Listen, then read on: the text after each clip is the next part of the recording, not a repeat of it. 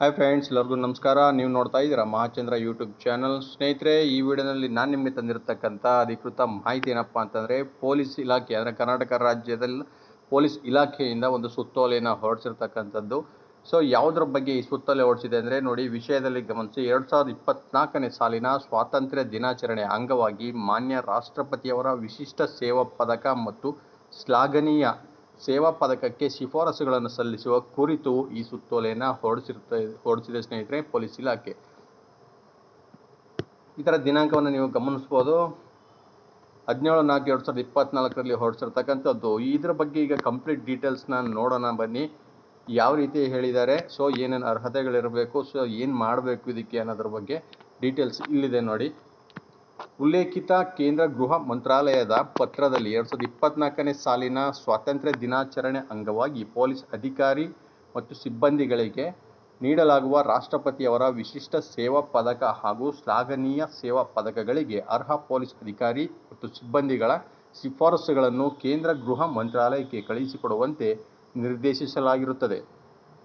ಆದುದರಿಂದ ಈ ಸುತ್ತೋಲೆಯನ್ನು ಎಲ್ಲ ಉಪವಿಭಾಗಗಳು ಮತ್ತು ಠಾಣೆಗಳಿಗೆ ಕಳುಹಿಸಿ ಎಲ್ಲ ಅಧೀನಾಧಿಕಾರಿಗಳು ಮತ್ತು ಅಧೀನ ಸಿಬ್ಬಂದಿಗಳ ಗಮನಕ್ಕೆ ತರಲು ಪ್ರಚುರಪಡಿಸುವಂತೆ ಹಾಗೂ ಶಿಫಾರಸುಗಳನ್ನು ಸಲ್ಲಿಸುವಂತೆ ಕೆಳಕಂಡಂತೆ ಸೂಚನೆಗಳನ್ನು ನೀಡಲಾಗಿದೆ. ಏನೇನು ಸೂಚನೆ ಅಂತ ಈಗ ಒಂದೊಂದಾಗಿ ನೋಡೋಣ. ಮೊದಲನೇದಾಗಿ, ಕೇಂದ್ರ ಗೃಹ ಮಂತ್ರಾಲಯದ ಉಲ್ಲೇಖಿತ ಪತ್ರದ ಪ್ರತಿ ಹಾಗೂ ಅರ್ಹತಾ ಮಾನದಂಡಗಳ ಪ್ರತಿಯನ್ನು ಲಗತ್ತಿಸಿದೆ. ಸದರಿ ನಿಬಂಧನೆಗಳು ಮತ್ತು ಮಾರ್ಗಸೂಚಿಗಳನ್ನು ಪರಿಶೀಲಿಸಿ ಅರ್ಹತಾ ಮಾನದಂಡಗಳನ್ನು ಪೂರೈಸುವ ಪೊಲೀಸ್ ಅಧಿಕಾರಿ ಅಥವಾ ಸಿಬ್ಬಂದಿಗಳ ಶಿಫಾರಸುಗಳನ್ನು ದಿನಾಂಕ 3/5 ಇದು ಕೊನೆಯ ದಿನಾಂಕ ಆಗಿರುತ್ತೆ, 3/5/2024 ಒಳಗಾಗಿ ತಪ್ಪದೆ ಈ ಕಚೇರಿಗೆ ಕಳುಹಿಸುವಂತೆ ಸೂಚಿಸಿವೆ. ಎರಡನೇದು ನೋಡಿ, ಶಿಫಾರಸುಗಳನ್ನು ಕೇಂದ್ರ ಗೃಹ ಮಂತ್ರಾಲಯದ ಪರಿಷ್ಕೃತ ನಮೂನೆಯಲ್ಲಿ ಎಲ್ಲ ಮಾಹಿತಿ ಮತ್ತು ವಿವರಗಳನ್ನು ಕಡ್ಡಾಯವಾಗಿ ಭರ್ತಿ ಮಾಡಿ ಕಳುಹಿಸುವಂತೆ ಸೂಚಿಸಲಾಗಿದೆ. ನಮೂನೆ ಇದರೊಂದಿಗೆ ಲಗತ್ತಿಸಲಾಗಿದೆ. ಹಿಂದಿನ ಅವಧಿಯಲ್ಲಿ ಹಳೆಯ ನಮೂನೆಗಳನ್ನು ಉಪಯೋಗಿಸಬಾರದು. ಹಳೆಯ ನಮೂನೆ ಯಾವುದೇ ಇದ್ರೂ ಅದನ್ನು ಉಪಯೋಗಿಸಬಾರದು ಅಂತ ಹೇಳಿದ್ದಾರೆ.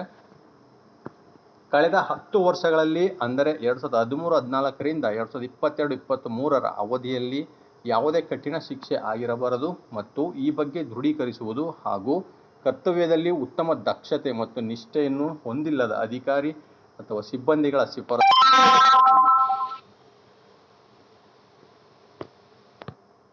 ಹಾಗೆ ಸಿಟೇಷನ್ ಅಂದರೆ ಅದನ್ನು ಗುಣಕಥನ ಅಂತ ಕರೀತಾರೆ, ಅದನ್ನು ಇಂಗ್ಲಿಷ್ ಮತ್ತು ಕನ್ನಡ ಎರಡೂ ಭಾಷೆಗಳಲ್ಲಿ ಕಡ್ಡಾಯವಾಗಿ ಸಲ್ಲಿಸಲು ಸೂಚಿಸಿದೆ.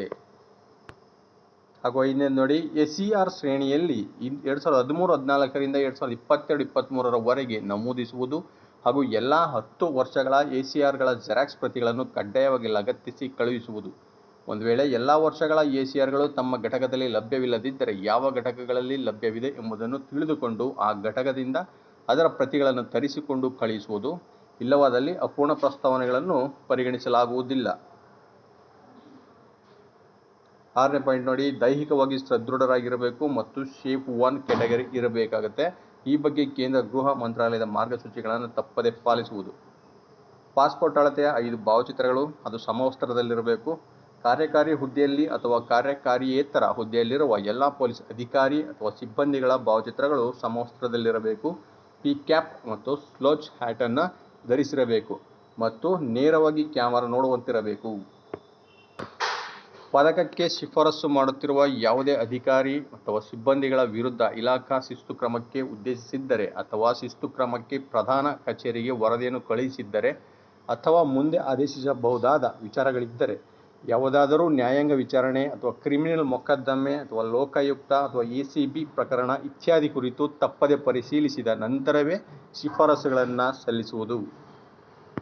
ಹೆಸರು ಮತ್ತು ಹುದ್ದೆಯನ್ನು ಇಂಗ್ಲಿಷ್ ಮತ್ತು ಹಿಂದಿ ಭಾಷೆಯಲ್ಲಿ ಸಹ ಕಡ್ಡಾಯವಾಗಿ ಸಲ್ಲಿಸುವುದು.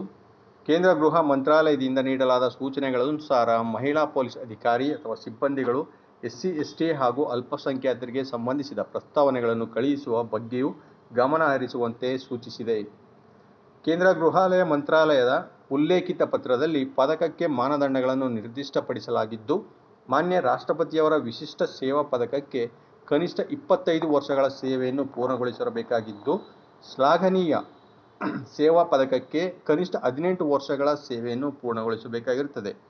ಪೊಲೀಸ್ ಶ್ಲಾಘನೀಯ ಸೇವಾ ಪದಕ ಪಡೆದ ನಂತರ ರಾಷ್ಟ್ರಪತಿಯವರ ವಿಶಿಷ್ಟ ಸೇವಾ ಪದಕಕ್ಕೆ ಶಿಫಾರಸು ಮಾಡಲು 6 ವರ್ಷಗಳ ಅಂತರ ಇರಬೇಕಾಗಿದ್ದು, ಇದನ್ನು ಗಮನದಲ್ಲಿಟ್ಟುಕೊಂಡು ಪ್ರಸ್ತಾವನೆಗಳನ್ನು ಸಲ್ಲಿಸುವುದು. ಹಾಗೆ ನಿಮ್ಮ ಘಟಕದಲ್ಲಿ ಕಾರ್ಯನಿರ್ವಹಿಸುತ್ತಿರುವ ಅಧಿಕಾರಿ ಅಥವಾ ಸಿಬ್ಬಂದಿಗಳಲ್ಲಿ ಈಗಾಗಲೇ ಹಿಂದಿನ ಅವಧಿಯಲ್ಲಿ ಪೊಲೀಸ್ ಶ್ಲಾಘನೀಯ ಸೇವಾ ಪದಕ ಪುರಸ್ಕೃತರಾಗಿದ್ದು, ಅಂತಹ ಪೊಲೀಸ್ ಅಧಿಕಾರಿ ಅಥವಾ ಸಿಬ್ಬಂದಿಗಳು ಮಾನ್ಯ ರಾಷ್ಟ್ರಪತಿಯವರ ವಿಶಿಷ್ಟ ಸೇವಾ ಪದಕಕ್ಕೆ ಅರ್ಹರಿದ್ದಾರೆಯೇ ಎಂಬುದರ ಬಗ್ಗೆಯೂ ಕಡ್ಡಾಯವಾಗಿ ಪರಿಶೀಲಿಸಿ ಕೇಂದ್ರ ಗೃಹ ಮಂತ್ರಾಲಯದ ಮಾನದಂಡಗಳನುಸಾರ ಅರ್ಹರಿರುವ ಪ್ರಸ್ತಾವನೆಗಳನ್ನು ಶಿಫಾರಸು ಮಾಡಿ ಕಳುಹಿಸಿಕೊಡುವುದು. ಕೊನೆ 2 ಪಾಯಿಂಟ್ ನೋಡಿ ಹೀಗಿದೆ. ನಿಮ್ಮಿಂದ ಸ್ವೀಕರಿಸಲಾಗುವ ಶಿಫಾರಸುಗಳನ್ನು ಅರ್ಹತಾ ಮಾನದಂಡಗಳಂತೆ ಪರಿಶೀಲಿಸಿ ರಾಜ್ಯಕ್ಕೆ ಹಂಚಿಕೆಯಾಗಿರುವ ಅಷ್ಟು ಸಂಖ್ಯೆಯ ಶಿಫಾರಸುಗಳನ್ನು ಆಯ್ಕೆ ಮಾಡಿ ರಾಜ್ಯ ಸರ್ಕಾರದ ಮುಖಾಂತರ ಕೇಂದ್ರ ಸರ್ಕಾರಕ್ಕೆ ಕಾಲಮಿತಿಯೊಳಗೆ ಕಳುಹಿಸಬೇಕಾಗಿದ್ದು, ಈ ಎಲ್ಲ ಪ್ರಕ್ರಿಯೆ ಪೂರ್ಣಗೊಳ್ಳಲು ಹೆಚ್ಚಿನ ಸಮಯ ತೆಗೆದುಕೊಳ್ಳುವುದರಿಂದ ಶಿಫಾರಸುಗಳನ್ನು ಪೂರ್ಣ ಮಾಹಿತಿಯೊಂದಿಗೆ ದಿನಾಂಕ 3/5/2024 ಒಳಗೆ ಸಾಫ್ಟ್ ಮತ್ತು ಹಾರ್ಡ್ ಕಾಪಿನಲ್ಲಿ ತಪ್ಪದೆ ಕಳುಹಿಸಲು ಕೋರಲಾಗಿದೆ. ನಿಗದಿಪಡಿಸಿದ ದಿನಾಂಕದ ನಂತರ ಬರುವ ಹಾಗೂ ಅಪೂರ್ಣ ಮಾಹಿತಿಯ ಶಿಫಾರಸುಗಳನ್ನು ಪರಿಗಣಿಸಲಾಗುವುದಿಲ್ಲ ಎಂದು ಹಾಗೂ ಯಾವುದೇ ಕಾರಣಕ್ಕೂ ಅವಧಿ ವಿಸ್ತರಿಸಲಾಗುವುದಿಲ್ಲವೆಂದು ತಿಳಿಸಲಾಗಿದೆ. ನೋಡಿ, ಇಷ್ಟು ರೂಲ್ಸ್ಗಳಿರುತ್ತೆ. ರಾಷ್ಟ್ರಪತಿಯವರ ಪದಕವನ್ನು ಪಡಿಬೇಕು ಅಂತಂದರೆ ಏನು ಮಾಡಬೇಕು ಅಂತ ಇಲ್ಲಿ ಕಂಪ್ಲೀಟ್ ಡೀಟೇಲ್ಸ್ ಇದೆ. ಇದೊಂದು ಮಾಹಿತಿ ಗೊತ್ತಿಲ್ಲ ಅನ್ನೋ ಕಾರಣಕ್ಕೆ ನಾನು ವಿಡಿಯೋ ಮಾಡಿ ತಿಳಿಸ್ತಾ ಇದ್ದೀನಿ ಸ್ನೇಹಿತರೆ. ವಿಡಿಯೋ ನಿಮ್ಗೆ ಇಷ್ಟ ಆಗಿರೋ ಲೈಕ್ ಮಾಡಿ ಮತ್ತು ಶೇರ್ ಮಾಡಿ. ನಮ್ಮ ಚಾನಲ್ ಇನ್ಯಾರು ಸಬ್ಸ್ಕ್ರೈಬ್ ಮಾಡ್ಕೊಂಡಿಲ್ಲ ಅವರು ಈ ಕೂಡಲೇ ಸಬ್ಸ್ಕ್ರೈಬ್ ಮಾಡ್ಕೊಳ್ಳಿ ಅಂತ ಹೇಳ್ತಾ ಮತ್ತೆ ಮುಂದಿನ ವಿಡಿಯೋಲಿ ನಿಮ್ಮನ್ನ ಭೇಟಿ ಮಾಡ್ತೇನೆ. ನಮಸ್ಕಾರ.